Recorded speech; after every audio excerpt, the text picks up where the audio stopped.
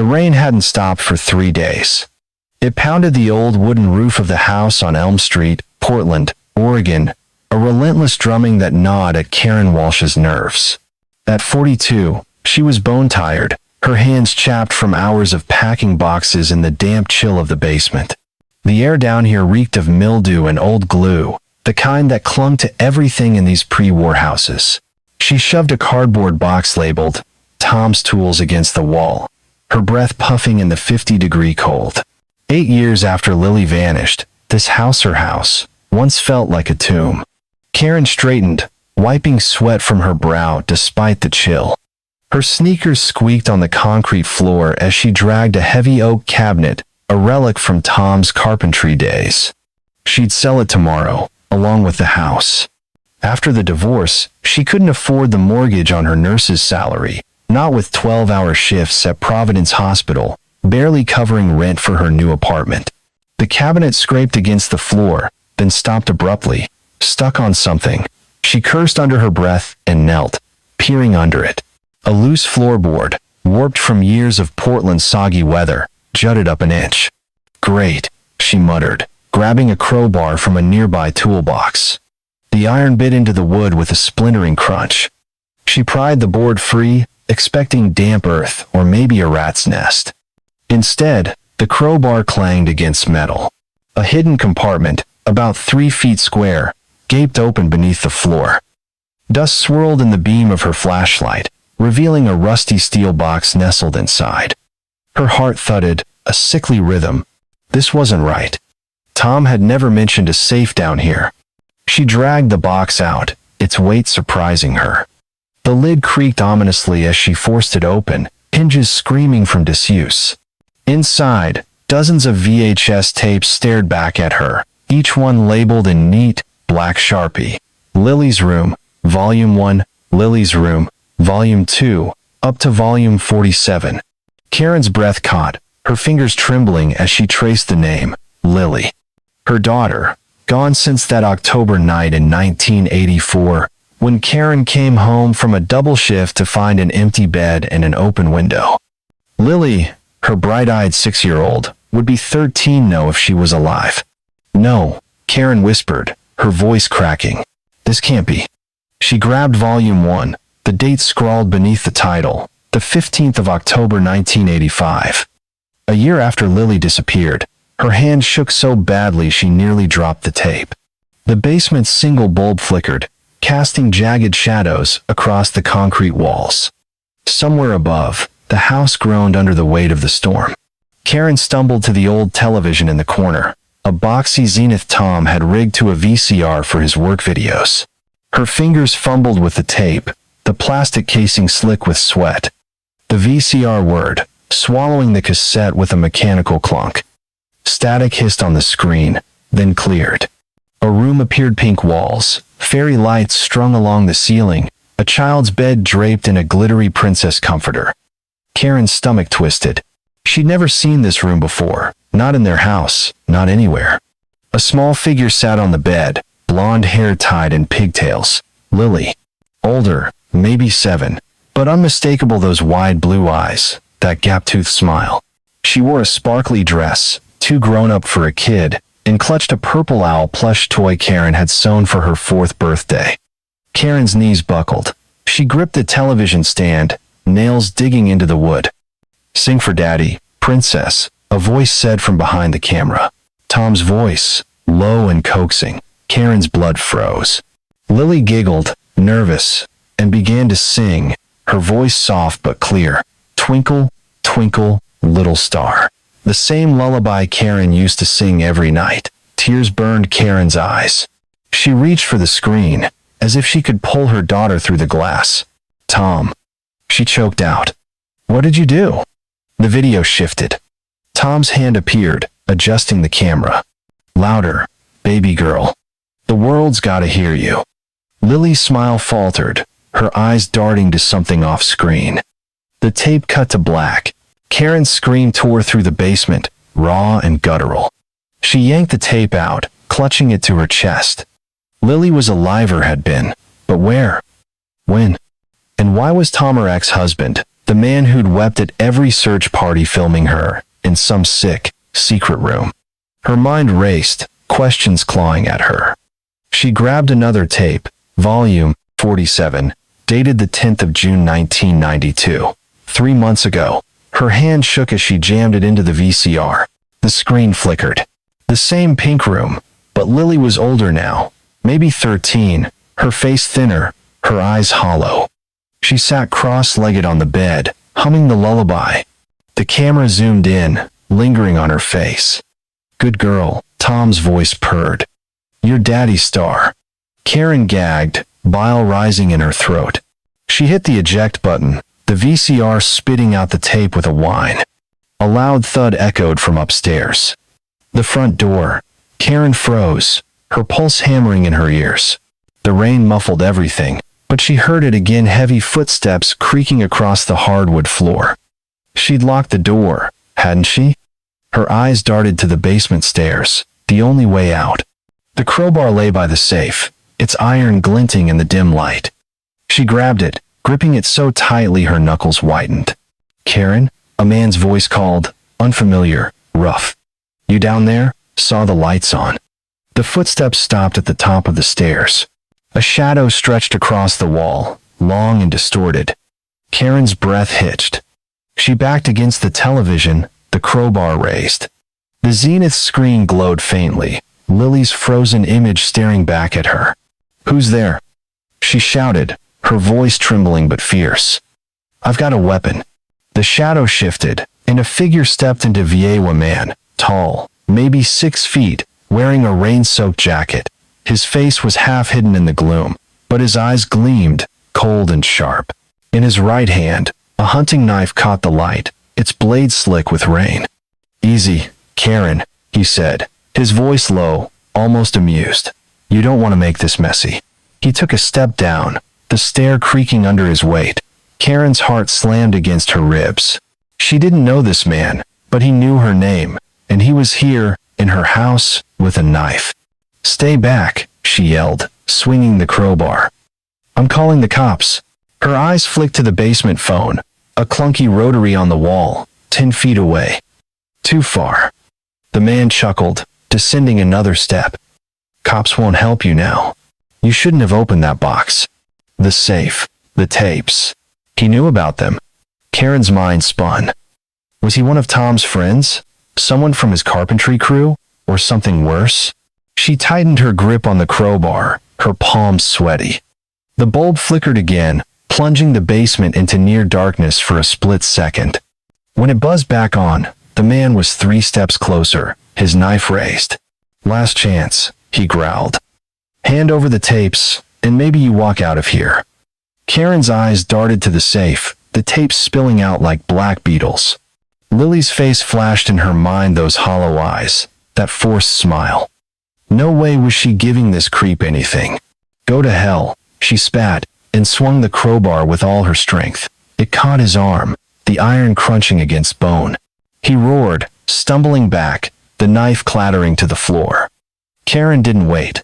She bolted for the stairs, her sneakers pounding the wood. The man lunged, his fingers grazing her ankle. She kicked free, scrambling up, her breath ragged. The basement door slammed shut. Just as she reached the top, she threw her weight against it, but it wouldn't budge. Something heavy, a chair, maybe had been wedged against it. "No, no, no," she screamed, pounding the door. Below, the man's footsteps thudded up the stairs, slow and deliberate. The knife scraped against the wall, a metallic screech that sent shivers down her spine. "Karen," he called, his voice dripping with menace. "You can't run from this." The bulb flickered one last time, then died, plunging the basement into darkness. Only the faint glow of the television remained, Lily's image frozen on the screen, her lullaby echoing in Karen's mind. Karen's hands scrabbled at the door, her nails splintering against the wood. The lock was old, a flimsy latch Tom had never bothered to replace. She jammed the crowbar into the gap, prying with desperate strength. The man's footsteps stopped halfway up the stairs. She could hear his breathing, heavy and uneven, like a predator sizing up its prey. "You don't get it, do you?" he said, his voice closer now. "Those tapes aren't just Tom's dirty little secret. They're worth more than your life." Karen's stomach lurched. More than Tom? What the hell was he talking about? She didn't care. All she cared about was Lily finding her, saving her, if it wasn't too late. The door gave an inch, the chair outside scraping across the floor. Karen shoved again, her shoulders screaming in pain. The man laughed, a low, guttural sound. "Keep fighting, Karen. Makes it more fun." The knife scraped again, closer, maybe 5 steps away. She pictured Lily in that pink room, trapped, alone, waiting for a mother who'd failed her. With a final heave, the door burst open, the chair crashing to the kitchen floor. Karen stumbled into the dark house, the rain's roar louder now. She didn't look back. She sprinted for the living room, where her purse lay on the couch, her car keys inside. The old rotary phone on the wall caught her eye. She lunged for it, dialing 911 with shaking fingers. 911. "What's your emergency?" A woman's voice crackled through the line. "Help me," Karen gasped. "Someone's in my house, 4728 Elm Street. He's got a knife." The operator's voice was calm, asking for details, but Karen barely heard her. Footsteps thundered behind her. She dropped the phone, grabbing her purse and bolting for the front door. The lock stuck, the deadbolt jammed from years of neglect. Come on, she hissed, twisting it. The man's shadow loomed in the kitchen doorway, his knife glinting. The deadbolt clicked free. Karen yanked the door open, cold rain slamming into her face. She ran into the storm, her sneakers slipping on the wet driveway. Her Honda Civic was parked 20 feet away, a lifeline in the dark. She fumbled with the keys, her hands numb. The man's boots splashed through puddles behind her. "You're dead, Karen," he shouted, his voice swallowed by the wind.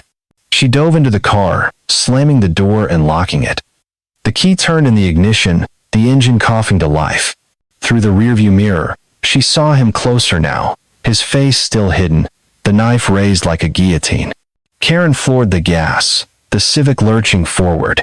The man swung, the knife grazing the rear window with a sickening screech. She didn't stop. The car fishtailed onto Elm Street, headlights cutting through the rain. Her heart pounded, her vision blurred with tears. Lily. The tapes. Tom. It was all connected, a nightmare she'd been living for 8 years without knowing. She drove 3 blocks, her hand shaking on the wheel, before pulling into the empty lot of a Fred Meyer. The neon sign buzzed overhead, casting a sickly glow. She killed the engine, her breaths coming in short, panicked bursts. The purse lay in her lap, the volume 1 tape stuffed inside. He grabbed it without thinking. Her fingers closed around it, the plastic cold and heavy. The car phone, a bulky relic from the previous owner, sat in the center console. Karen snatched it, dialing the only number she could think of, Sarah Boone, the detective who'd worked Lily's case. The line rang twice before Sarah's gruff voice answered. "Boone," she said, sounding half asleep. "Sarah, it's Karen Walsh," Karen blurted, her voice breaking. "I found something. Tapes. In the basement. Lily, she's on them. She's alive, Sarah. Or she was. Tom's involved, and someone just tried to kill me." Silence stretched on the line, then Sarah's voice sharpened. "Slow down, Karen. Where are you?" "Fred Meyer lot, on 82nd. I'm safe for now." Karen glanced at the rearview mirror, half expecting the man's shadow to appear. "You need to see these tapes. They're sick. Tom's voice is on them, Sarah. He did something to her." "Stay put," Sarah said. "I'm 10 minutes out. Don't touch the tape chain of evidence." "And Karen? Don't go back to that house." The line clicked dead.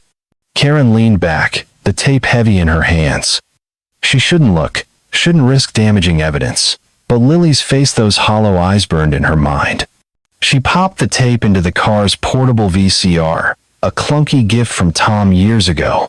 The tiny screen flickered, and there she was again, Lily, in that pink room, singing. Karen's chest tightened. She fast-forwarded, searching for answers. The video jumped. Tom appeared on screen, his face half lit by the fairy lights. "You're doing great, princess," he said, But his eyes weren't on Lily. They were on the camera, cold and calculating. Behind him, a door creaked open. Another voice, female, soft but commanding. "She's ready, Tom. Bring her to the sanctuary." Karen's blood ran cold. The sanctuary? What the hell was that? The tape cut to static, but something glinted in the frame, a small key, dangling from a chain around Tom's neck, engraved with L.R. Lily's room. Headlights flashed in the distance, a car pulling into the lot. Karen's heart leapt, hoping it was Sarah, but the car was wrong, a black pickup, its engine growling low. It stopped 50 feet away, its driver hidden behind tinted windows. The passenger door opened, and a figure stepped out, rain-soaked and familiar. The man from the basement, his knife gleaming in the neon glow. He started toward her car, his boots splashing through puddles. Karen's fingers fumbled with the ignition, the engine sputtering. "Come on," she screamed. The man was 30 feet away, then 20. The Civic roared to life just as he reached the hood, his knife slashing at the air. Karen threw the car into reverse, tires screeching, and peeled out of the lot. Through the rain, she saw him stop, his silhouette framed by the Fred Meyer sign. He didn't chase her, he just stood there, watching, as if he knew she'd never escape. The tape lay on the passenger seat, Lily's lullaby echoing in her head. Whoever this man was, whatever the sanctuary was, they wanted those tapes and they'd kill to keep their secrets buried. Karen Walsh's hands trembled on the steering wheel as she tore through the rain-slicked streets of Portland. The neon glow of the Fred Meyer lot faded in her rearview mirror, but the image of that man, his knife glinting, his eyes boring into her, burned in her mind. The volume, one VHS tape rattled on the passenger seat of her Honda Civic, Lily's lullaby looping in her head like a broken record. Twinkle, twinkle, little star. Her daughter, alive, maybe, but trapped in some sick game orchestrated by Tom, her ex-husband, and whoever the hell this sanctuary was. The dashboard clock read 11:47 p.m., the 17th of October, 1992. The rain hammered the windshield, wipers squealing with every swipe. Karen's breath fogged the air inside the car, the heater long busted. She was 3 miles from the 82nd Avenue Fred Meyer, weaving through Portland's quiet suburbs, when her car phone buzzed. She snatched it, her knuckles white. "Karen, where are you?" Detective Sarah Boone's voice crackled through the line, sharp and urgent. "I'm at the lot, you're not here." "Had to move," Karen said, her voice hoarse. "That guy, the one with the knife, he followed me. Black pickup, tinted windows. I lost him on 82nd, but I'm not taking chances." She glanced at the mirror, half expecting headlights to flare behind her. Nothing but rain and darkness. Sarah cursed under her breath. "All right, get to the precinct, 122nd and Burnside, you know it. I'll have a unit meet you. And Karen, keep that tape safe, don't let anyone touch it." "Got it." Karen hung up, her eyes flicking to the tape. Evidence. Proof that Lily might still be out there, but also proof that Tom, the man she'd loved for 12 years, was a monster. Her stomach churned. She'd trusted him, grieved with him, while he'd hidden her daughter in some pink-walled nightmare. The precinct was 10 miles away, a straight shot through Portland's east side. Karen's mind raced as she drove, piecing together the past, the 15th of October, 1984. She'd worked a double shift at Providence Hospital, dragging herself home at 3 a.m. The house was silent, Tom asleep in their bed. She'd checked Lily's room, a habit, and found the bed empty, the window yawning open to the chilly autumn night. No footprints, no fingerprints, no sign of struggle. Just a 6-year-old girl, gone. The police had torn the city apart, search dogs, helicopters, volunteers combing the woods behind their Elm Street home. Tom had been a rock, organizing vigils, plastering missing posters across Portland. Or so she'd thought. Now, 8 years later, those tapes told a different story. Karen's grip tightened on the wheel. Tom's voice, coaxing Lily to sing. That other voice, female, mentioning the sanctuary. What was it? A cult? A trafficking ring? And who was that man with the knife? willing to kill for those tapes. She pulled into the precinct lot at 12:05 a.m., the rain easing to a drizzle. The building was a squat brick fortress, its windows glowing yellow against the night. A patrol car idled near the entrance, 2 officers inside. Karen grabbed the tape, stuffed it into her purse, and ran for the door, her sneakers splashing through puddles. The lobby smelled of burnt coffee and wet linoleum. Sarah Boone stood by the front desk, her gray hair pulled into a tight bun, her trench coat dripping onto the floor. At 50, she looked older than Karen remembered, her eyes shadowed from years of dead-end cases. "You okay?" Sarah asked, scanning Karen's face. "You look like hell." "Feel like it too," Karen said, her voice shaky. She pulled the tape from her purse, holding it like a grenade. "This is it. Lily's on it, Sarah. And Tom? He's in it. Filming her. In some room I've never seen." Sarah's jaw tightened. She took the tape, her gloved hands careful. "Let's get this to evidence, then you're telling me everything." She led Karen down a fluorescent-lit hallway to a small interview room, its walls scuffed beige, a metal table bolted to the floor. A VCR and television sat in the corner, ready for playback. Karen sank into a chair, her legs jelly. "Start from the beginning," Sarah said, sliding the tape into the VCR. "What happened at the house?" Karen recounted it all: the basement, the hidden compartment, the tapes, the man with the knife. Her voice cracked when she described Lily's image on the screen, singing that damn lullaby. Sarah listened, scribbling notes, her face unreadable. The television flickered to life, the pink room filling the screen. Lily's voice, soft and trembling, spilled into the room. "Twinkle, twinkle." Karen clenched her fists, nails biting into her palms. Sarah paused the tape when Tom's voice came on. "Jesus," she muttered. "That's him, all right. I'd know that smug tone anywhere." She leaned back, her chair creaking. "Karen, Tom's not in Portland anymore. He moved to Redmond, 150 miles east, about a year ago. Runs a carpentry shop out there." "You know where?" Karen nodded, her throat tight. "He sent me the address when he left, said he needed a fresh start." She laughed bitterly. "Fresh start? My ass. He's got Lily, Sarah, or he knows where she is." "We'll get a warrant for his place," Sarah said, "but it'll take a day, maybe 2. Redmond's out of my jurisdiction. In the meantime, we're pulling everything we have on Tom: financials, phone records, the works, and this sanctuary thing. I've heard whispers before. Nothing solid, just rumors of some underground group. Rich folks, sick tastes." She tapped the tape. "This is the first real evidence I've seen." Karen's head spun. "So what do I do? Just sit here while he's out there with my daughter?" "No," Sarah said firmly. "You stay safe. That guy with the knife? He's not working alone. You go home, lock your doors, and let us handle this." "Home?" Karen snapped. "My home's a crime scene now, and my daughter's on those tapes, Sarah. I'm not sitting on my hands." She stood, her chair scraping the floor.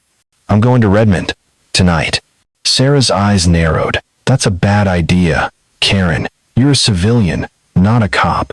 And if Tom's mixed up in this sanctuary, he's dangerous." "He's my ex-husband," Karen shot back. "I lived with him for 12 years. If anyone can get answers, it's me." She grabbed her purse, her resolve hardening. Sarah sighed, knowing she couldn't stop her. "Fine," Sarah said, "but you call me the second you get there, and don't do anything stupid."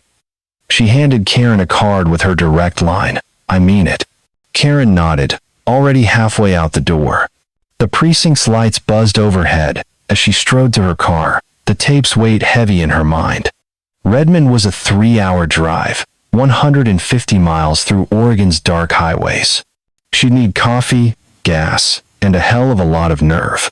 The Civic's engine hummed as Karen hit I-84 East, the rain picking up again. The clock read 1:15 a.m. She stopped at a 24-hour Chevron, grabbing a styrofoam cup of black coffee and a Snickers bar. The clerk, a kid barely 20, barely looked up from his comic book. Back in the car, she tuned the radio to an AM station, a country song crackling through the static. "I'm gonna leave this town, never look back," she snorted. If only. The drive gave her too much time to think. She replayed the tapes in her head, Lily's hollow eyes, Tom's voice, that woman's command, bring her to the sanctuary. Karen's hands tightened on the wheel. Tom had always been meticulous, a carpenter who measured twice, cut once. If he was hiding Lily, he'd have planned it perfectly. But why? Why fake her disappearance? Why keep her in that room? Redmond appeared at 4:30 a.m., a sleepy town nestled in Oregon's high desert. Tom's address 214 Juniper Lane was a single-story ranch house, its cedar siding weathered by the dry wind. The lights were off, his Ford F-150 absent from the driveway. Karen parked a block away, her heart pounding. The street was dead quiet, the air a crisp 45 degrees Fahrenheit.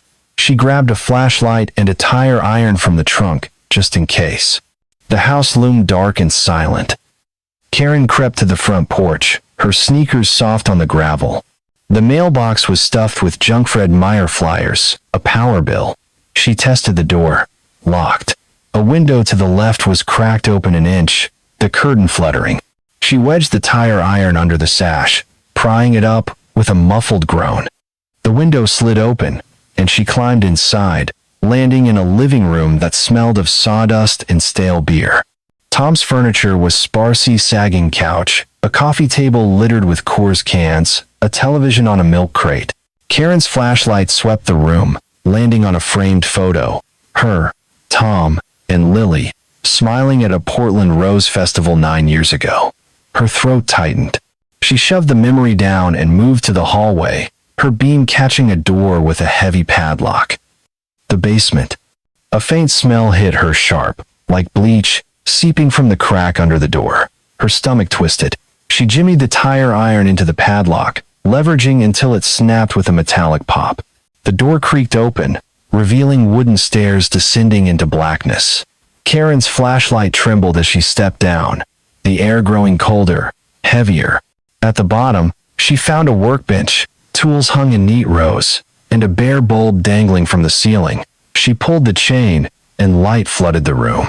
The far wall was painted pink, a jarring contrast to the concrete.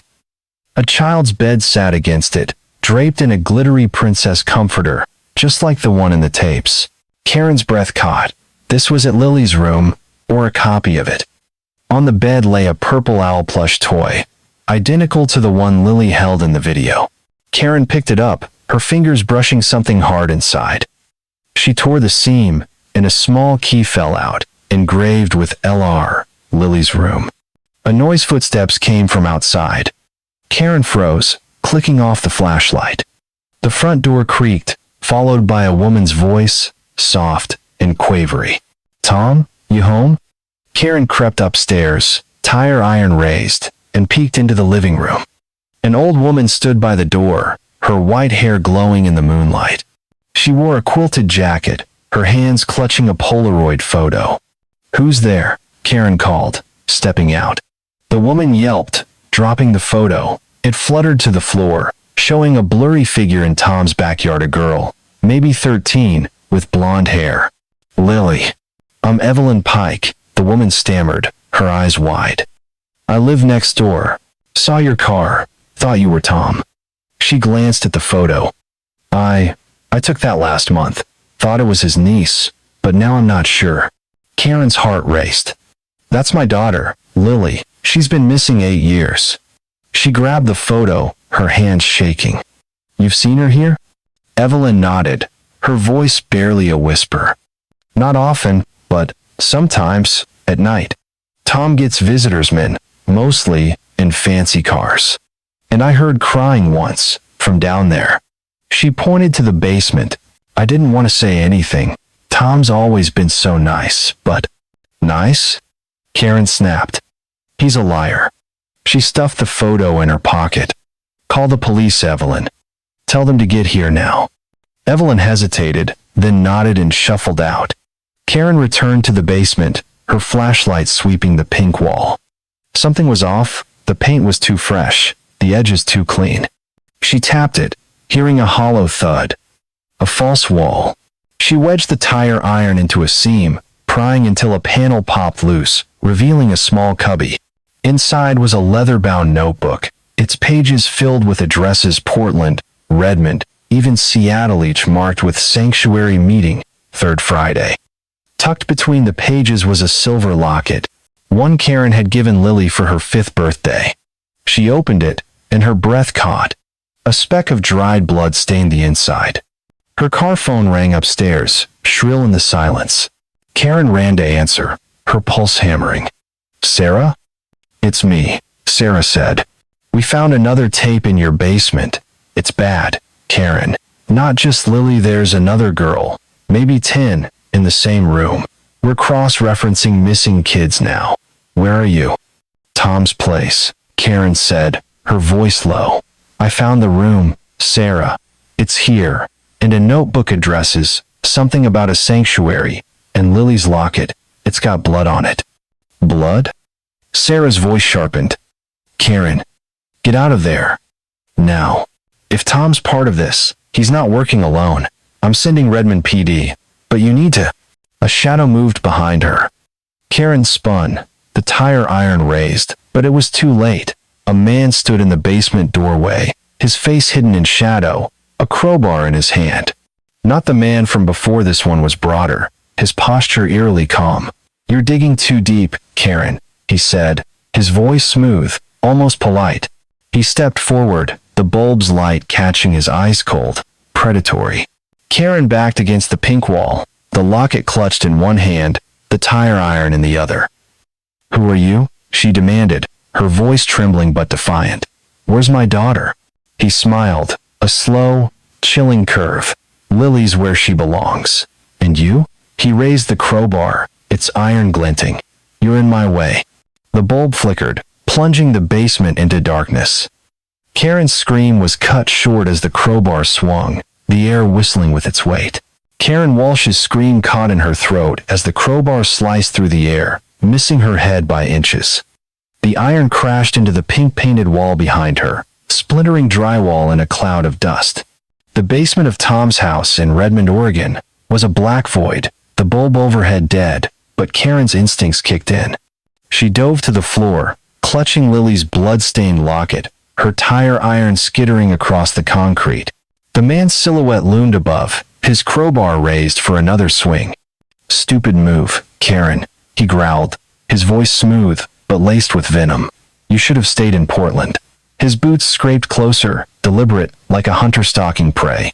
Karen scrambled backward, her hands scraping the cold floor. Her flashlight lay by the workbench, 10 feet away, its beam cutting a weak path through the gloom. She lunged for it, her fingers closing around the metal just as the crowbar swung again. She rolled, the iron grazing her shoulder, pain flaring like a hot coal. Grabbing the tire iron, she swung blindly, connecting with his shin. He roared, stumbling, and Karen bolted for the stairs, her sneakers pounding the wood. The basement door hung open, moonlight spilling from the living room. She burst through, slamming it shut and dragging a chair under the knob. The man hammered the door from below, each blow shaking the frame. Karen's heart thundered as she ran for the front door, Lily's locket still clenched in her fist. Outside, the Redmond night was crisp, 40 degrees Fahrenheit, the air sharp with pine and rain-soaked earth. Her Honda Civic sat a block away, a lifeline in the dark. She sprinted, her breath puffing in the cold, and dove into the car. The engine coughed to life, and she floored it, tires screeching on the gravel. In the rearview mirror, the man emerged from the house, his crowbar glinting, but he didn't chase her. He just watched, his silhouette fading as she tore down Juniper Lane. The locket burned in her palm, a tiny, silver weight tying her to Lily, her daughter, alive, somewhere, trapped in a nightmare called the Sanctuary. Karen hit Highway 97 south, her hands shaking on the wheel. The dashboard clock read 4:45 a.m., the 18th of October, 1992. Portland was 150 miles away, a 3-hour drive through Oregon's desolate backroads. The car phone buzzed, Sarah Boone's number flashing. Karen snatched it, her voice raw. "Sarah, I was attacked. At Tom's. Another guy, not the one from my house. He knew about the tapes, the sanctuary, everything. Jesus, Karen, are you hurt? Sarah's voice crackled. Urgent. Where are you? Highway 97. Heading back. I've got Lily's locket. There's blood on it. And a notebook with addresses. They're meeting somewhere. Sarah, some kind of group. Karen's eyes flicked to the notebook on the passenger seat, its leather cover scuffed, the word sanctuary scrawled inside. Stay on the road, Sarah said. I'm at the precinct, pulling files.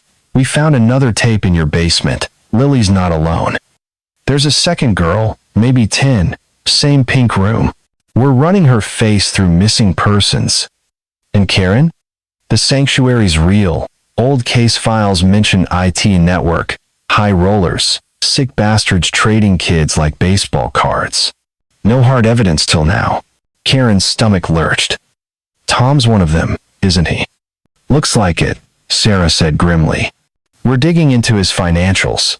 He's been getting wire transfers, small amounts, from a shell company in Seattle. I'm betting it's sanctuary money. Get here fast, and don't stop for anyone. Karen hung up, her mind racing. The notebook's addresses Portland, Redmond, Seattle burned in her memory. And that locket, its blood speck a silent scream. Was it Lily's? Someone else's? She pushed the Civic to 70 miles an hour, the engine whining. The rain had stopped, but a thick fog rolled in, cloaking the highway in a ghostly haze. 10 miles out of Redmond, headlights flared in her Marora black pickup, its grille looming like a predator. Karen's pulse spiked. The same truck from the Fred Meyer lot? She floored the gas, the Civic hitting 80, but the pickup kept pace, its engine snarling. The road was empty, no exits for miles, just pine trees and fog. The truck surged closer, its bumper kissing her rear. A metallic crunch jolted the car, her purse sliding to the floor. Get off me! Karen shouted, swerving left. The truck matched her, its driver a shadow behind tinted glass. She yanked the wheel right, tires squealing, and the truck overshot, giving her a split-second edge. Up ahead, a neon sign glowed Chevron, 24 hours. She veered into the lot, skidding to a stop by the pumps. The truck slowed, circling like a shark, then peeled out, vanishing into the fog. Karen's hand shook as she dialed Sarah. They're following me, she gasped. Black pickup, same as before. I'm at a Chevron, mile marker 112.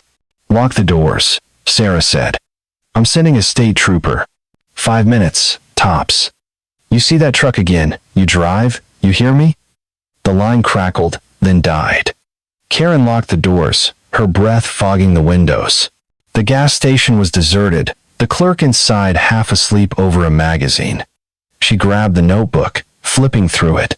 Addresses, dates, initials VC, 3rd Friday, Portland. Her eyes caught a loose page, a Polaroid taped inside. A girl, blonde, maybe 13, standing in a backyard.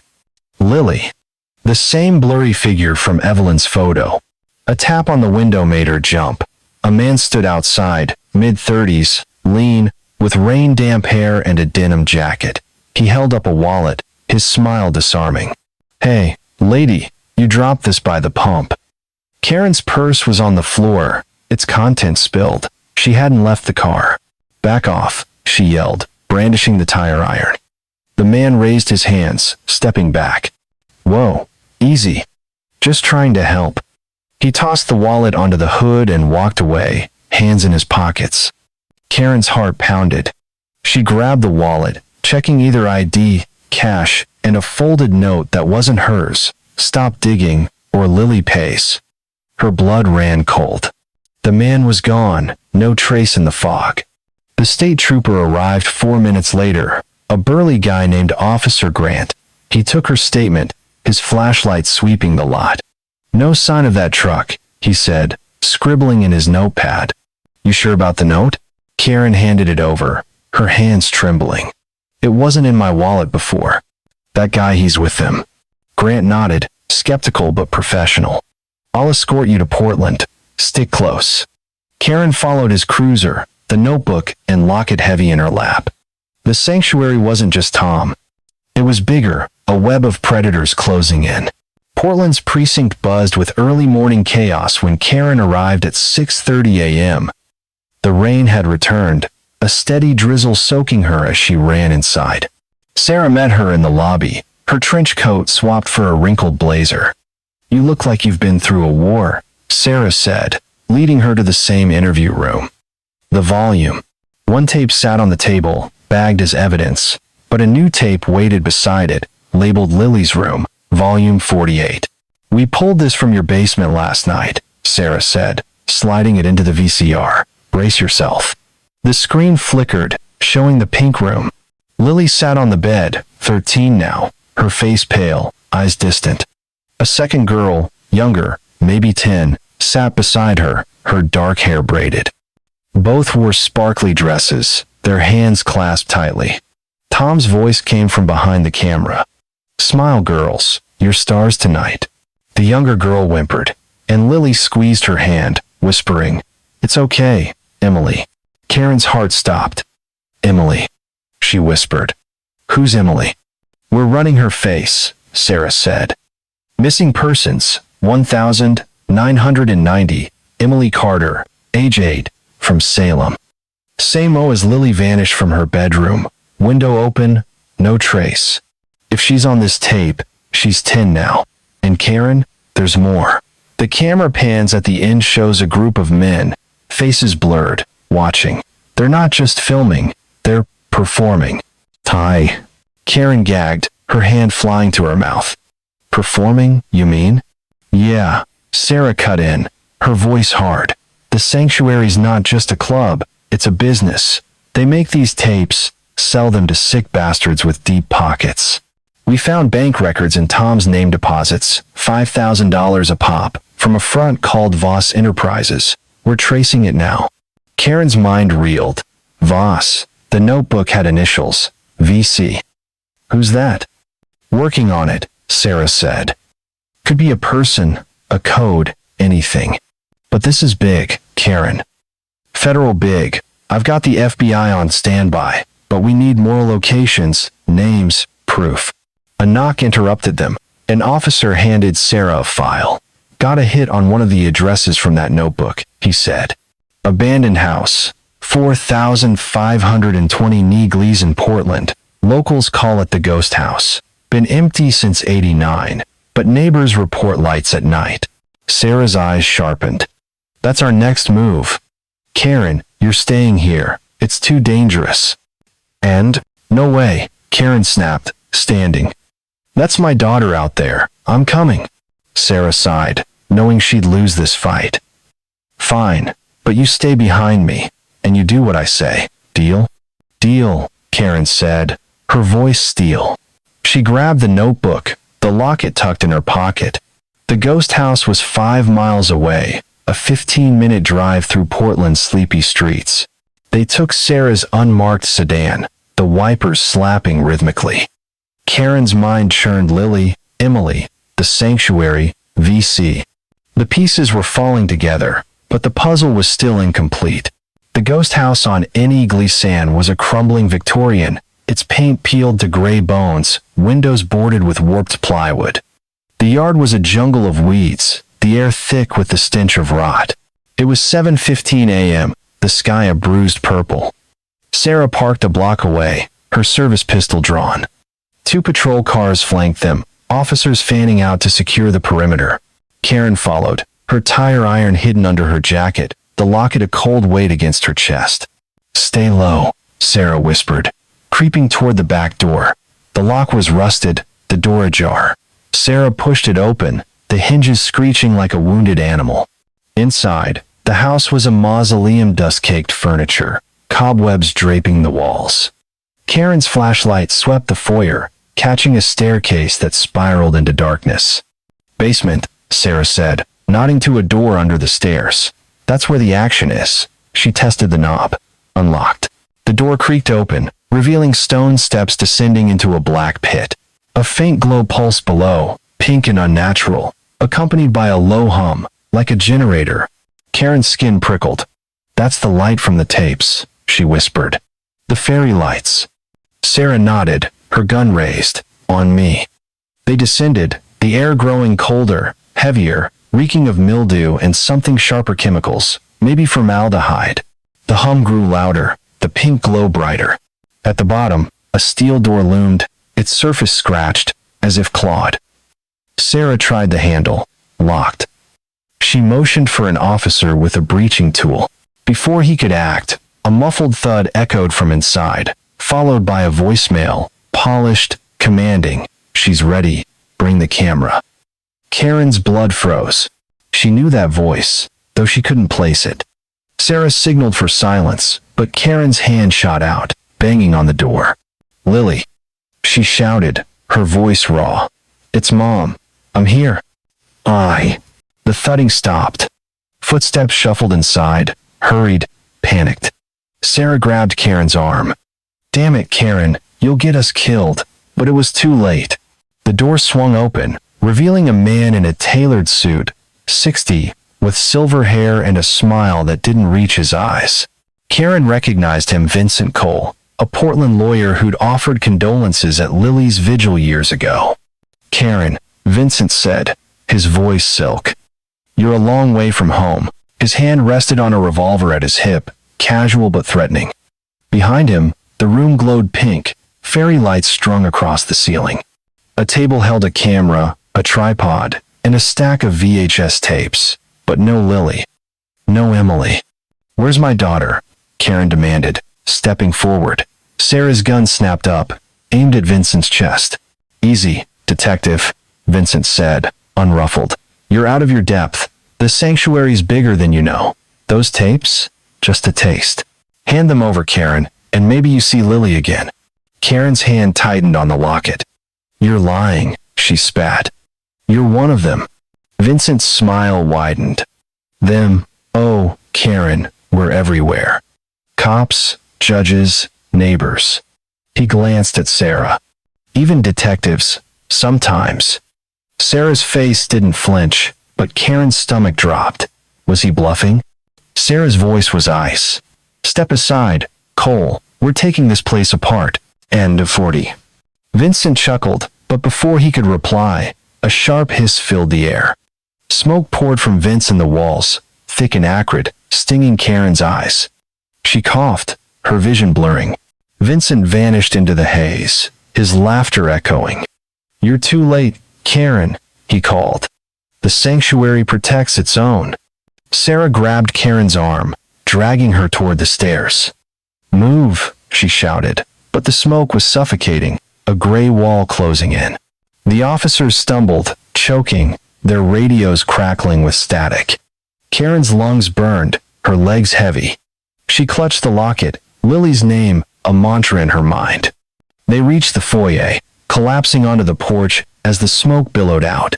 The patrol car's lights flashed, officers shouting, but the house was a black hole, swallowing sound.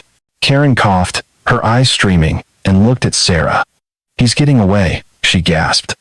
"Vincenti knows where Lily is." Sarah nodded, her face grim. "We'll get him." "But this place..." She stopped, her eyes widening. A low rumble shook the ground, followed by a deafening boom.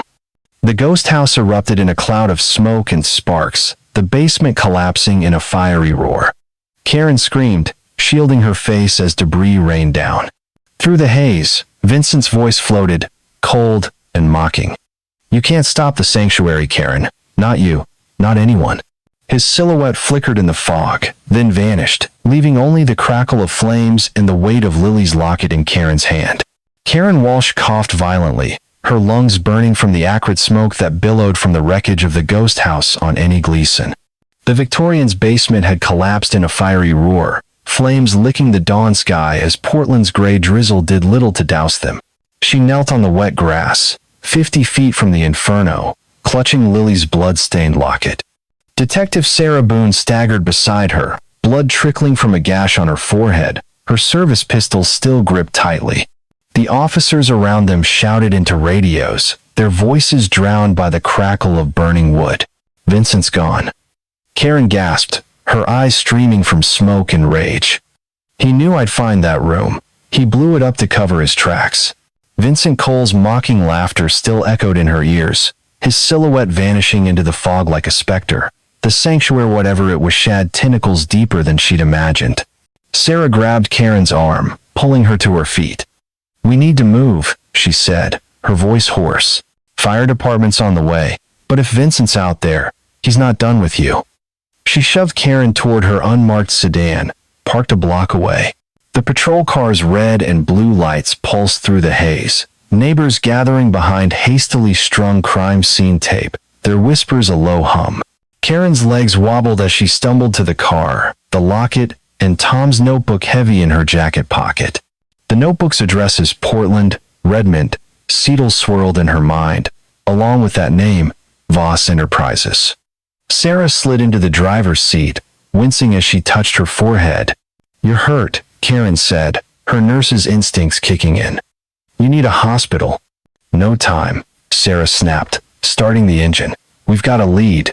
One of those addresses in the notebook, 214 Juniper Lane, Redmond. That's Tom's place. If he's tied to Vincent, we need to hit him now, before he bolts." She glanced at Karen, her eyes hard. "You're sure you want to be part of this?" Karen's jaw tightened. "He's got my daughter, Sarah. I'm not sitting this out." The image of Lily in that pink room, her hollow eyes staring at the camera, fueled her resolve. She'd face Tom, drag the truth out of him, even if it killed her. The sedan peeled out, tires screeching on the wet pavement. The clock read 7:45 a.m., the 18th of October, 1992. Redmond was 150 miles away, a 3-hour drive through Oregon's fog-choked highways. Sarah radioed for backup, requesting Redmond PD to secure Tom's house. Karen stared out the window, the locket's weight, a reminder of Lily's blood, real or symbolic. It didn't matter. She'd find her daughter, no matter what. The drive was a blur of pine forests and gray skies, the air a chilly 48 degrees Fahrenheit. Karen sipped a stale coffee from a Chevron cup, her hands trembling. Sarah's radio crackled with updates. The ghost house fire was contained, but the basement was a total loss, any evidence buried under rubble. Vincent Cole was in the wind, his law office in downtown Portland locked tight, his secretary claiming he was on vacation. "Vacation, my ass," Karen muttered, flipping through Tom's notebook. The pages were a maze of cryptic note dates, initials, dollar amounts. One entry caught her eye, 10 divided by 15 divided by 92, VC, $10 K, Lily transfer. Her stomach lurched. Transfer? To where? She showed it to Sarah, who cursed under her breath. "That's recent," Sarah said. 2 days ago. If Tom's moving Lily, we're running out of time." She pushed the sedan to 80 miles an hour, the engine groaning. Karen's mind raced. Tom, her ex-husband, the man who'd built Lily's crib with his own hands, was selling their daughter like a commodity. And Vincent, smooth-talking, silver-haired Vincent, was pulling the strings. They hit Redmond at 11 a.m., the town waking under a thin sun. Juniper Lane was quiet, Tom's ranch house dark, his Ford F-150 still absent. Sarah parked behind a hedge, her gun drawn. "Stay here," she ordered, but Karen was already out, tire iron in hand, the locket tucked in her pocket. "No way," she said. "I'm done waiting." Sarah sighed, motioning for 2 Redmond PD officers to join them. The lead, a young deputy named Mark Hensley, barely 30, approached with a lazy grin. "Detective Boone, Mrs. Walsh," he said, tipping his hat. "House is empty, but we've got a warrant. Let's take a look." His eyes lingered on Karen, too long, too sharp. Something about him felt off, like a smile that didn't match his gaze. The front door was unlocked, the living room unchanged from Karen's earlier break-in, Coors cans on the coffee table, the photo of her, Tom, and Lily still staring from the mantel. The basement door beckoned, its padlock gone, the bleach smell stronger now. Sarah led the way down, her flashlight cutting through the dark. The pink room was, as Karen had left it, the princess comforter, the purple owl, plush toy, the false wall. But something new caught her eye. A small camera on a tripod, its lens glinting. "Tom's been filming here," Karen whispered, her voice trembling. This is where he kept her. Sarah nodded, examining the camera. Tape still inside. She ejected it, bagging it as evidence. Mark lingered by the stairs, his radio crackling. No sign of Tom, he said, his tone too casual. Maybe he skipped town. Karen's eyes narrowed. Or someone tipped him off. She turned to the false wall, prying it open again. The cubby was empty except for a single sheet of paper, folded tight. She unfolded it, her heart sinking. A handwritten note, in Tom's scrawl, Lily moved to VC's safe house, 10 divided by 16 divided by 92. Don't follow, Karen, they'll kill her. Below it, an address. 7890 Swa Canyon Risson, Portland. Safe house, Sarah said, reading over her shoulder. Vincent's place. We need to move. She radioed the address to Portland PD, her voice clipped. Mark shifted, his hand brushing his holster. Karen caught a flicker of unease in his eyes. She didn't trust him. Let's go, she said, pocketing the note. But as they climbed the stairs, a phone rang, a clunky mobile, hidden in a drawer by the couch. Karen grabbed it, answering before Sarah could stop her. Hello, Karen. Tom's voice rasped, breathless, panicked. Why are you in my house? You need to stop, now. Where's Lily? Karen demanded, her voice shaking with fury. What the hell have you done with her, Tom? I didn't have a choice, he said, his words tumbling out. They've got photos, Karen, Lily, me, you. If I didn't do what they wanted, they'd kill her. I swear, I was protecting her. Protecting her? Karen shouted, tears burning her eyes. You locked her in a pink cage, you sick bastard. Where is she? She's safe, Tom said, his voice breaking. With them, the sanctuary. They moved her yesterday, to Vincent's place. Karen, don't go after her. They'll. The line went dead. Karen stared at the phone, her blood pounding. Sarah grabbed her arm. We've got the address. Portland PD's setting up a perimeter. Let's move. Mark cleared his throat. I'll stay. Secure the scene, he said, his grin gone. You two go ahead.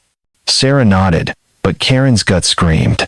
Mark's eyes, his too calm demeanor, it wasn't right.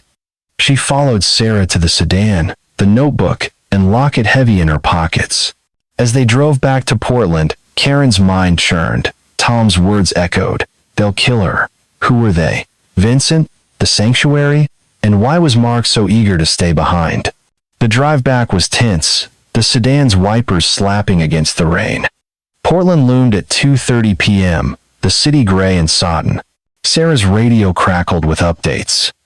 Vincent's safe house at 7890 Swa Canyon Road was a gated estate, 10 miles west of downtown, surrounded by Douglas firs. Portland PD had eyes on it, but no sign of Vincent or Lily. Karen's coffee had gone cold, her hands numb from gripping the locket. You think Tom's telling the truth? She asked, her voice low. That he was forced? Sarah snorted. Guys like him always have an excuse. But the sanctuary's got leverage, money, blackmail, fear. If Tom's a pawn, Vincent's the king, or someone higher. Karen's mind flashed to the mobile phone, now in evidence. She'd seen a text before it cut off, handle KW or L pays. VC, her stomach twisted.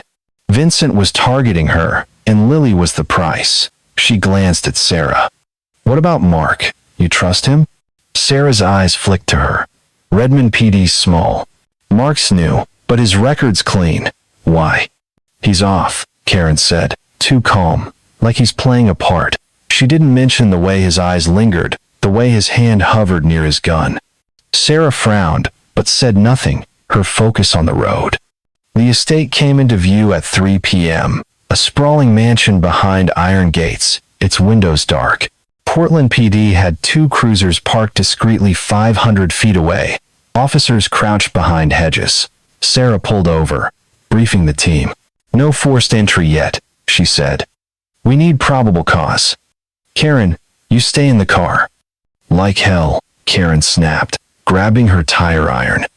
That's my daughter in there. Sarah sighed, relenting. Stay behind me, and don't do anything stupid. They approached the gate, an officer cutting the lock with bolt cutters. The mansion's grounds were silent, the air thick with pine and damp earth. The front door was ajar, a sliver of darkness within. Sarah went first, her gun raised, Karen close behind.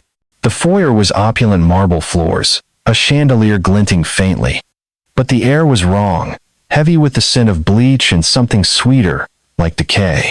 Sarah swept her flashlight, revealing a staircase and a hallway lined with closed doors. A faint hum came from below, like a generator.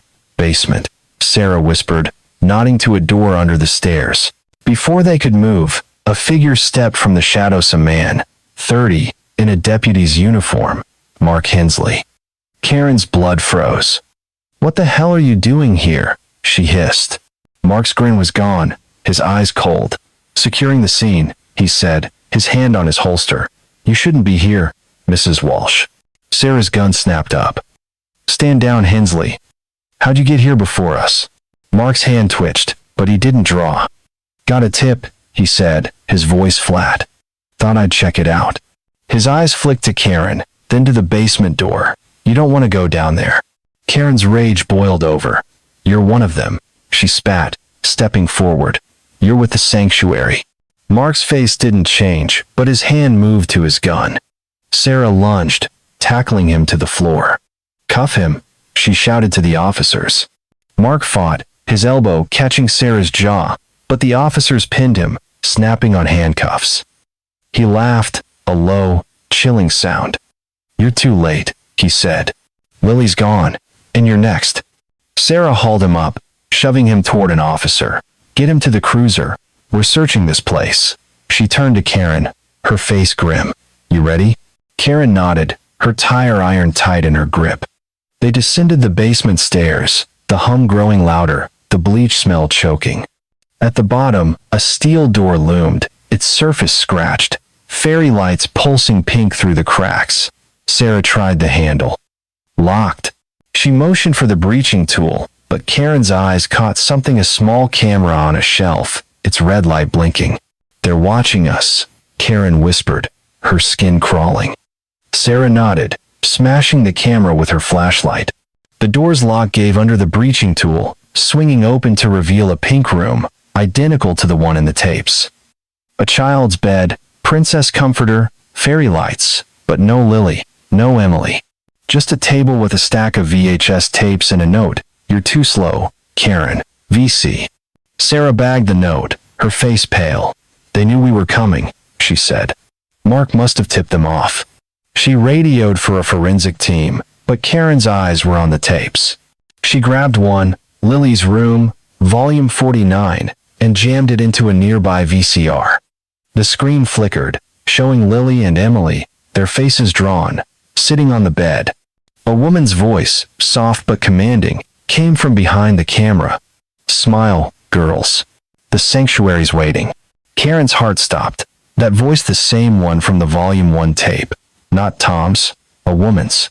She fast-forwarded, the image jumping to a group of masked men, their eyes glinting through slits.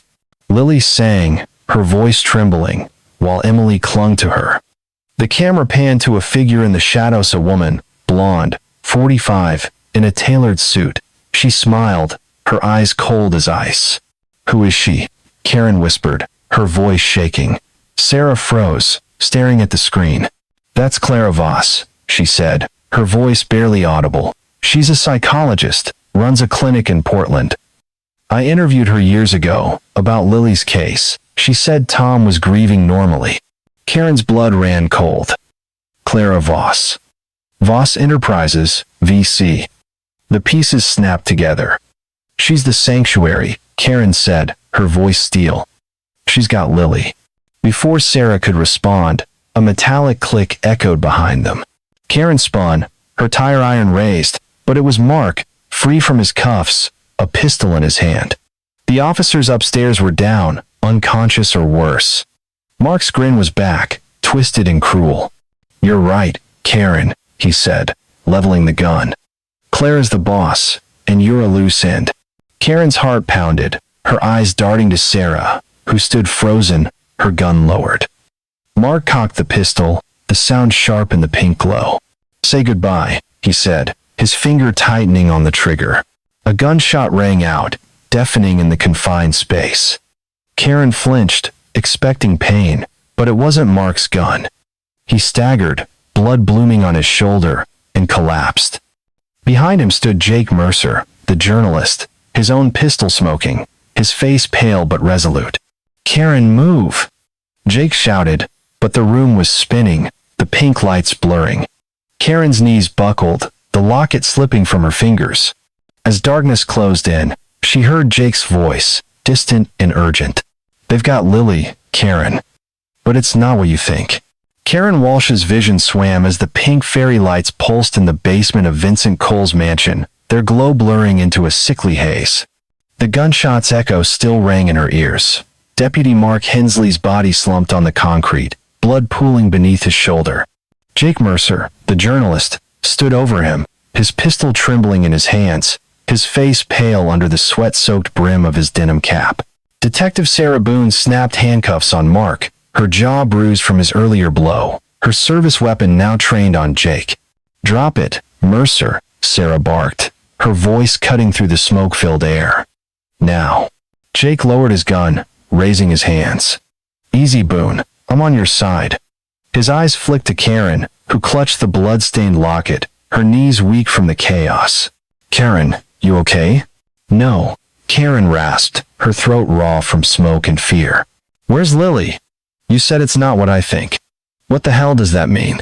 The image of her daughter, trapped in that pink room on the VHS tapes, burned in her mind. Lily, 13 now, her hollow eyes staring into a camera run by Monsters Tom, Vincent, and now this woman, Clara Voss. Jake's gaze darted to the basement door, where Portland PD officers were dragging Mark's groaning form upstairs. "Not here," he whispered. "Clara's got her, but it's bigger than you know, Karen. The sanctuary they're not just in Portland." He pulled a crumpled paper from his pocket, a plane ticket stub, Vancouver to Portland, dated 2 weeks ago. "I've been tracking them for years. Canada, Seattle, even LA. They move kids like cargo." Sarah's eyes narrowed. "You're a journalist, not a vigilante. Why the gun? And how'd you know we'd be here?" Jake hesitated, his jaw tight. "I got a tip, anonymous, said Karen was in trouble. I've been tailing Voss Enterprises for months. Clara's the head, not Vincent. He's just her lawyer." He glanced at Karen, his voice low. "Lily's alive, but she's not in this house. They moved her to Clara's private estate, 50 miles north, near the Columbia River." Karen's heart lurched. "Then we go there. Now." She staggered to her feet, the locket biting into her palm. Sarah grabbed her arm, her grip firm. "Slow down," Sarah said. "We need a warrant, backup, a plan." Clara Voss has connected politicians, judges, cops. Mark's proof of that. She kicked Mark's dropped pistol away, her face grim. "We move too fast. We lose her." "Lose her?" Karen snapped, yanking free. "She's my daughter, Sarah, 8 years, and I just saw her on a tape, singing for those sick bastards. I'm not waiting for a damn warrant." She turned to Jake. "You know where this estate is. Take me." Jake nodded, but Sarah stepped between them. "You're civilians. I can't let you walk into a death trap. Portland PD's mobilizing, but it'll take time, maybe 6 hours." 6 hours? Karen's voice cracked. They could move her again or worse. The note from Tom's notebook flashed in her mind. Lily moved to VC's safe house. Clara Voss. VC. The woman on the tape, smiling like a predator. Karen's rage boiled over. "I'm going, with or without you." Sarah sighed, rubbing her bruised jaw. "Fine. But we do this my way. Jake, you're driving. I want every detail you've got on Clara." She radioed for a tactical team to meet them at the estate, her voice clipped. "And Karen? Don't do anything stupid." The trio piled into Jake's beat-up Jeep Cherokee, parked 200 feet from the mansion. The clock read 3:45 p.m., the 18th of October, 1992, the sky a bruised gray, rain spitting against the windshield. Jake floored it, the Jeep roaring north on Highway 30 toward the Columbia River. Karen sat in the back, the locket in one hand, Tom's notebook in the other. A new page caught her eye, a scrawled letter, tucked inside, in Lily's childish handwriting. Mommy, please find me. The lady says you're dead, but I don't believe her. I'm sorry I wasn't good. A tear smudged the ink, and Karen's chest tightened, her breath hitching. She's alive, Karen whispered, clutching the letter. She's fighting. Jake glanced back, his eyes shadowed.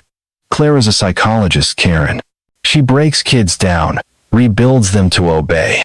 Lily's been with her for years. She might not know you anymore. Karen's jaw clenched. She's my daughter. She'll know me. But doubt gnawed at her, sharp and cold. 8 years of lies, of manipulation. What had Clara done to her little girl? Sarah leaned forward, her radio crackling. Jake, talk. What's Clara's deal? Jake's hands tightened on the wheel. Clara Voss, 45, runs a child psychology clinic in Portland. Public face is all charity helps troubled kids, but it's a front. The sanctuary uses her clinic to scout victims, runaways, foster kids, anyone who won't be missed. She films them, sells the tapes to clients across the country. Big money, big names. I got close last year, in Vancouver, but they burned my source. Literally. His voice cracked, his knuckles white. Karen's stomach churned. And Lily? Why her? Jake hesitated. Your divorce. Tom was broke, desperate. Clara offered him a way out, money, protection, if he gave her Lily. He didn't know what he was signing up for, not at first, but once he was in, there was no out. Sarah snorted. So he sold his own kid? Real father of the year. Karen's nails dug into her palms. I'll kill him, she said, her voice low, deadly. If he's touched her, I'll. Don't, Jake cut in. Tom's a pawn. Clara's the queen. You want Lily, you go through her. The Jeep hit a dirt road, 50 miles from Portland, the Columbia River glinting through the trees. Clara's estate was a fortress, 10 acres, fenced with barbed wire, a modern mansion looming behind iron gates. The sun was sinking, casting long shadows, the air a damp 52 degrees Fahrenheit. Jake parked 500 feet away, hidden by pines. Sarah checked her gun, her face grim. No guards, she said, scanning the gate. Too quiet. She radioed for backup, but static answered poor signal out here. Karen's heart pounded, the locket, a burning weight in her pocket. She grabbed her tire iron, her resolve steel. They cut through the fence, wire snips biting through metal with a sharp twang. The mansion's windows were dark, but a faint pink glow leaked from a basement window, pulsing like a heartbeat. Karen's skin crawled. That's it, she whispered. The room. Sarah led, her flashlight sweeping the grounds. The back door was unlocked, swinging open with a low creak. The foyer smelled of lavender and bleach, an unsettling mix. Marble floors gleamed, a grand staircase spiraling upward. But the hum came from below, a generator's drone. Sarah nodded to a door under the stairs, marked storage. Karen's hand tightened on the tire iron. The door opened to a concrete staircase, descending into darkness. The pink glow grew brighter, fairy lights strung along the walls, their lights sickly sweet. At the bottom, a steel door stood, its surface polished, a keypad glowing red. Sarah tried a code nothing. Karen's eyes caught a small engraving on the frame, VC Clara Voss. Stand back, Sarah said, pulling a breaching tool. The door groaned under her blows, but held. Karen's frustration boiled over. She slammed the tire iron against the keypad, sparks flying. The lock clicked, and the door swung open, revealing the pink room exactly like the tapes. Princess comforter, fairy lights, a child's bed. But it was empty. Karen's heart sank. She's not here, she whispered, her voice breaking. Sarah swept her flashlight, revealing a table with a VCR, a stack of tapes, and a single photo. Lily, 13, in a sparkly dress, her eyes vacant. Karen grabbed it, her hand shaking. Where is she, Sarah? Before Sarah could answer, a soft laugh echoed from the shadows. A woman stepped into the light, blonde, 45, in a tailored suit, her smile cold as ice. Clara Voss. Her eyes glinted, predatory, a revolver dangling casually in her hand. Karen Walsh, she said, her voice smooth, almost maternal. You're persistent, I'll give you that. Karen lunged, tire iron raised, but Sarah grabbed her. Don't, Sarah hissed, her gun trained on Clara. Where's the girl? Voss, we've got you on tape, Lily, Emily, the whole sick show. Clara's smile didn't waver. Tapes? Oh, detective, those are just keepsakes. The sanctuary's work is eternal. She stepped closer, her heels clicking on the concrete. Lily's safe, Karen. She's my star, my daughter, in a way you never were. Karen's blood froze. You're not her mother, she spat, her voice trembling with rage. You're a monster. Clara laughed, a sound like breaking glass. Mother, monster, what's the difference? I gave her a purpose. A stage. The world adores her. She raised the revolver, its barrel glinting. But you, Corinne, you're a problem. And Jake moved, his pistol snapping up, but Clara was faster. She fired, the shot deafening. Jake grunted, clutching his shoulder, blood seeping through his fingers. He collapsed, his gun skittering across the floor. Sarah fired back, but Clara ducked behind a metal cabinet, her laughter echoing. Run! Sarah shouted, shoving Karen toward the stairs. But Karen's eyes locked on a door at the far end of the room, half hidden behind a curtain. The pink light pulsed stronger there, and a faint sound leaked out a girl's voice, singing. Twinkle, twinkle, little star. Lily, Karen screamed, sprinting for the door. Sarah yelled after her, but Clara's gun fired again, the bullet grazing Karen's arm. Pain seared through her, but she didn't stop. She tore the curtain aside, revealing a second room larger, opulent, walls draped in velvet, fairy lights everywhere. And there, on a plush bed, sat Lily, 13, her blonde hair tangled, her eyes wide with fear. Beside her was Emily, the younger girl from the tape, her face streaked with tears. Mommy? Lily whispered, her voice trembling. She wore a sparkly dress, too tight, her hands clutching a stuffed owl. Karen's heart shattered. She reached for her daughter, but Clara's voice cut through the air. Don't touch her, Clara said, stepping into the room, her gun trained on Karen. Sarah was behind her, disarmed, hands raised. Clara's smile was gone, her eyes cold as stone. Lily's mine, Karen. I raised her, shaped her. You abandoned her. I didn't, Karen cried, tears streaming. You stole her, you sick. Enough, Clara snapped, cocking the revolver. Lily, tell her. Tell her who your real mother is.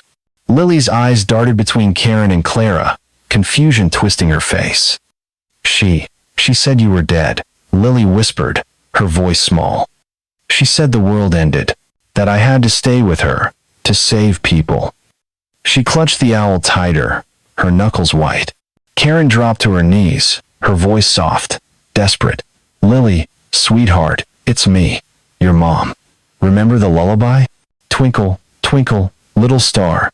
I sang it to you every night. She pulled the locket from her pocket, opening it to show Lily's photo. You're not alone anymore. I'm here. Lily's eyes widened, a flicker of recognition breaking through. Mommy? She whispered, stepping forward. But Clara grabbed her, yanking her back, the gun pressed to Lily's temple. No! Karen screamed, lunging. Clara fired, the bullet searing past Karen's ear, shattering a mirror behind her. Glass rained down, glinting in the pink light. Sarah tackled Clara, the two women crashing to the floor. The gun skittered away, but Clara was fast, her nails clawing at Sarah's face. Karen grabbed Lily, pulling her into her arms. It's okay, baby, she whispered, shielding her as Emily cowered nearby. I've got you. Lily sobbed, clinging to her, her body trembling. But Clara's laughter cut through the chaos, chilling and unhinged. You think this ends with me? Clara spat, pinned by Sarah. The sanctuary is everywhere. You'll never stop us. She twisted free, grabbing a hidden knife from her sleeve. Sarah shouted, but Clara was too quick, lunging for Karen. Karen shoved Lily behind her, raising the tire iron. But before Clara could strike, a gunshot rang out, sharp and final. Clara staggered, blood blooming on her chest, and collapsed, her eyes wide with shock. Jake stood in the doorway, his wounded shoulder dripping, his pistol smoking. "Enough," he gasped, dropping the gun. He swayed, his face gray, and slumped against the wall. Sarah scrambled to cuff Clara, but the woman was still, her blood pooling on the velvet floor. Karen held Lily, tears streaming, the locket pressed between them. "You're safe," she whispered, but Lily's eyes were distant, her body shaking. Emily crawled to them, her small hands clutching Karen's sleeve. The pink lights flickered, casting shadows like ghosts. Sarah radioed for backup, her voice shaking. "We've got 2 girls, 1 suspect down, 1 wounded. Send medics now." She turned to Karen, her face grim. "We need to get them out of here. The sanctuary's not done. Clara was just the start." Karen nodded, her arms tight around Lily and Emily. But Jake's words echoed, "It's not what you think." As the medics stormed in, their boots thundering, Karen's eyes caught a glint on the Floriplane ticket stub, fallen from Jake's pocket. Portland to Vancouver, 10 divided by 20 divided by 92, 2 days from now. Her stomach twisted. Was Jake really on their side? The pink lights flickered one last time, plunging the room into darkness. Clara's body lay still, but her final words lingered, a chilling promise, "You'll never stop us." Karen Walsh clung to her daughter Lily, the 13-year-old's, trembling body pressed against her in the velvet-draped basement of Clara Voss's mansion. The pink fairy lights flickered overhead, casting ghostly shadows across the opulent prison where Lily and Emily, the other girl from the tapes, had been held. Clara's lifeless body lay sprawled on the floor, blood pooling beneath her tailored suit, her cold smile extinguished by Jake Mercer's bullet. Detective Sarah Boone knelt beside her, checking for a pulse, her bruised face grim under the flickering glow. Jake slumped against the wall, clutching his bleeding shoulder, his pistol discarded on the concrete. The air reeked of gunpowder and bleach, the temperature a clammy 50 degrees Fahrenheit, the Columbia River's damp chill seeping through the walls. "Mommy," Lily whispered, her voice fragile, her blonde hair tangled against Karen's chest. "Is it really you?" Her hands clutched the stuffed owl, its purple fur worn from years of desperate clinging. Emily, the 10-year-old, huddled beside them, her dark braids trembling, her eyes wide with fear. "It's me, baby," Karen said, tears streaming down her face. She stroked Lily's hair, the locket stained with that haunting speck of blood pressed between them. "You're safe now, both of you." But Clara's final words echoed in her mind, "You'll never stop us." And Jake's plane ticket stub, Portland to Vancouver, dated 2 days from now, burned in her pocket. Was he savior or traitor? Sarah stood, her radio crackling. "Medics, now," she barked. 2 girls, 1 suspect down, 1 civilian wounded. Move. Footsteps thundered above as Portland PD and paramedics stormed the basement, their flashlights slicing through the pink haze. Karen shielded Lily and Emily, her nurse's instinct screaming to check their vitals, but her arms wouldn't let go. 8 years of grief, of not knowing, had ended in this nightmare room, but the fight wasn't over. "Karen," Sarah said, her voice low, urgent. "We need to get them to a hospital, full exams, physical, psychological, and we need your statement." She glanced at Jake, now being patched by a medic, and his. Karen nodded, her throat tight. "What about Tom?" Her ex-husband's voice from the phone call haunted hers claim of being blackmailed, of protecting Lily. Lies, or a twisted truth? Sarah's jaw tightened. Redmond PD picked him up an hour ago, 20 miles from his house, drunk and raving. He's in custody. And Vincent Cole's in the wind, but we've got an APB out. The sanctuary's crumbling, but it's not done. She paused, her eyes softening. "You did good, Karen. You found her." Karen looked at Lily, whose eyes were distant, lost in a fog of trauma. "Not yet," she whispered. "Not until she's really home." The ambulance ride to Providence Hospital was a blur of sirens and sterile lights. Lily sat beside Karen, her hand gripping her mother's, while Emily curled against a paramedic, silent but shivering. The October rain battered the windows, Portland streets slick and gray at 5 p.m., the 18th of October, 1992. Karen's arm throbbed where Clara's bullet had grazed her, but the pain was nothing compared to the ache in her chest. Lily's face older, hollowed by years of manipulation, broke her heart anew with every glance. At the hospital, a social worker named Sarah Martinez, a calm woman in her 40s with a gray suit and kind eyes, met them in the ER. "Mrs. Walsh," she said gently, "I'll stay with Lily and Emily during their exams. You'll need to give your statement to Detective Boone, but I promise they're in good hands." Lily's grip tightened, her voice a whisper. "Don't leave, Mommy." Feist. Karen knelt, cupping her daughter's face. "I'm right down the hall, sweetheart. I'm not going anywhere," she sang softly, her voice cracking. "Twinkle, twinkle, little star." Lily's eyes flickered with recognition, a faint smile breaking through. Emily watched, her small hand reaching for Lily's. Karen kissed Lily's forehead, then let Martinez lead the girls away, her heart twisting as they disappeared behind a curtain. Sarah Boone waited in a cramped office, a tape recorder on the desk, the air smelling of antiseptic and stale coffee. Jake sat nearby, his shoulder bandaged, his face pale but alert. "Start from the beginning," Sarah said, hitting record, "everything since the ghost house." Karen recounted it all: the smoke, Vincent's escape, Mark's betrayal, Clara's mansion, the pink room. Her voice shook when she described Lily's confusion, calling Clara Mother. Jake chimed in, his voice rough. "I got the tip about Clara's estate from a source in Vancouver," he said. "Same guy who tipped me about the sanctuary last year, burned to death in a car accident 2 weeks later." Sarah's eyes narrowed. "This source name?" "Dead men don't talk," Jake said, his jaw tight. "But he gave me Clara's name, said she was the brains. Vincent's just her fixer, handles the legal side. The sanctuary's got clients in high-plus assassinators, CEOs, even cops like Mark."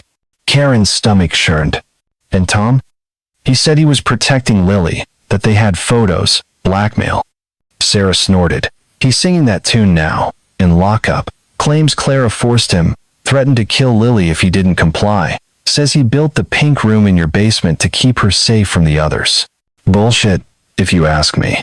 Karen's fist clenched. "He filmed her, Sarah. He sold her to those monsters." "We'll nail him," Sarah said. "And the rest. We've got the tapes, the notebook, Clara's files. The FBI's taking over. This is interstate now." She paused, her voice softening. "Lily and Emily, they'll need time. Clara messed with their heads. Therapy, years of it." Karen nodded, tears burning. "I know, but they're alive. That's a start." Jake shifted, wincing. "There's more," he said, his voice low. "Clara's files mentioned a ledger names, clients, drop points. It's not in the mansion. If we don't find it, the sanctuary rebuilds." Sarah's radio crackled. "Boone, we've got something. Found a safe in Clara's office, but it's wired. Bomb squad's on it." Sarah stood, her face grim. "Stay here, both of you. I'll check in with Martinez." As Sarah left, Karen turned to Jake, the plane ticket stub heavy in her pocket.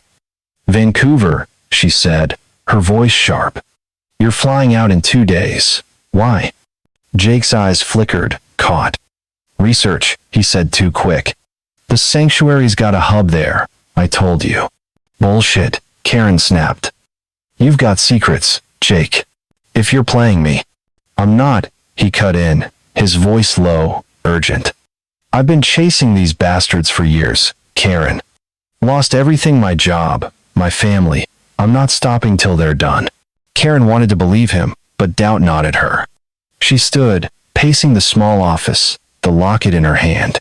The door opened, and Martinez returned, her face pale. "Karen, you need to see Lily. She's asking for you."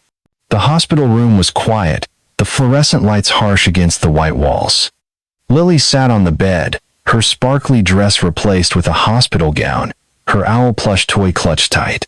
Emily slept in the next bed, her breathing soft. Karen sat beside Lily, taking her hand. "Hey, sweetheart," she said, her voice soft. "You okay?" Lily's eyes were red, her voice small. "She lied, didn't she? Clara. She said you were dead, that the world was gone, that I had to do things to save people." She choked, tears spilling. "I thought I was helping. I feel so stupid." Karen's heart shattered. "You're not stupid, baby. You were a kid, and she was a monster. None of this is your fault." She pulled Lily into her arms, singing softly, "Twinkle, twinkle, little star." Lily's sobs slowed, her body relaxing against Karen's.